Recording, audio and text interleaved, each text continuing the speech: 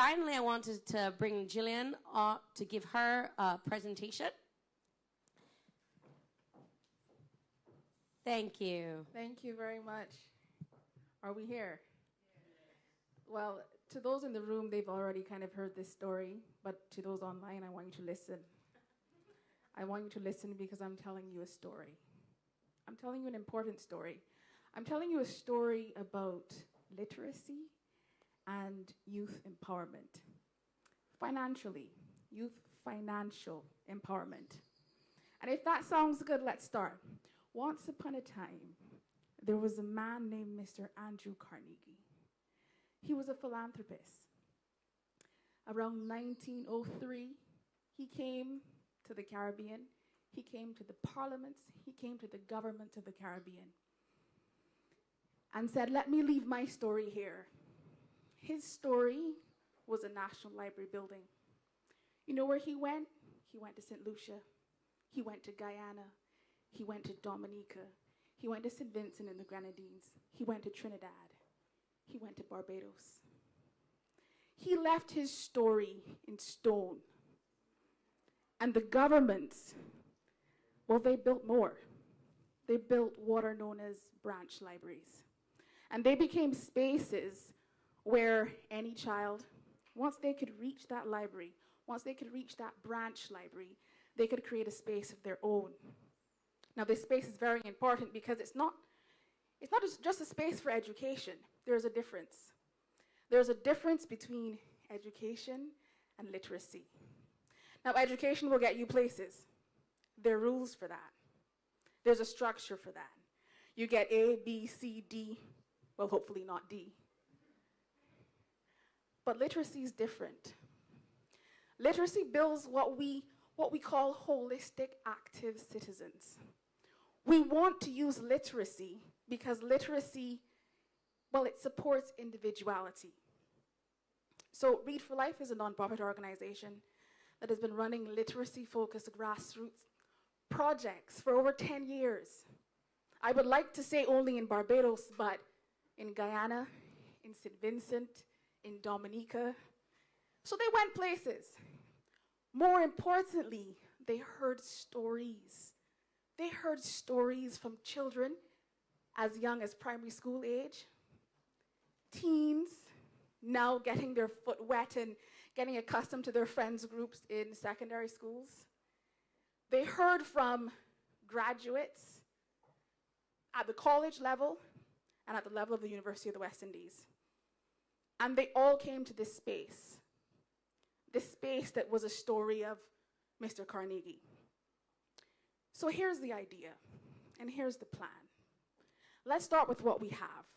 Let's use the infrastructure that has been given to us, and let's make it modern. Many of these libraries between 1903 and 1916 are a bit old. Some of them are still in use.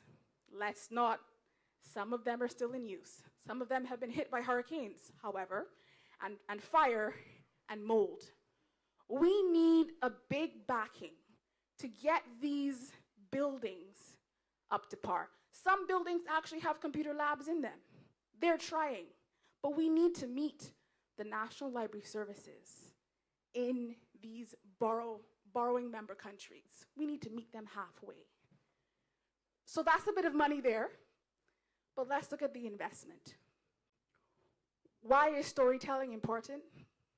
And then when you answer why storytelling is important, the next step is how do we keep stories around? How do we keep stories around? People have lived for 100 years, 100 years ago. People have lived to 80, 50 years ago. People have lived to the age of 20, 70 years ago. Where are their stories? I can tell you that some of their stories, and important stories too. You weren't alive when the West Indies Federation went through what it went through. You were not there with Hurricane Janet. You didn't know the early starts of the Maroon villages. Now, the Maroons, they have some oral history. They have some oral history with fight and grit and perseverance. There's scripts from them. that have been passed on and passed on. But how do you access their stories? So I put to you, we need to build a platform. That's not quite that hard. I mean, you can build websites nowadays, but we need a trusted source with researchers and governing persons who are willing to take stories from everywhere, from the lowest to the highest of society. We need someone who's going to build that platform to ensure that there will be the diversity across these stories. We need to get the University of the West Indies on board with all of the projects and the theses and the scripts from oral tapes from these people who have built the Caribbean. Where are our stories? Now, stories are also in book form. And you know who've experienced online book form recently? Our children. Our children and our youth that had to do school online.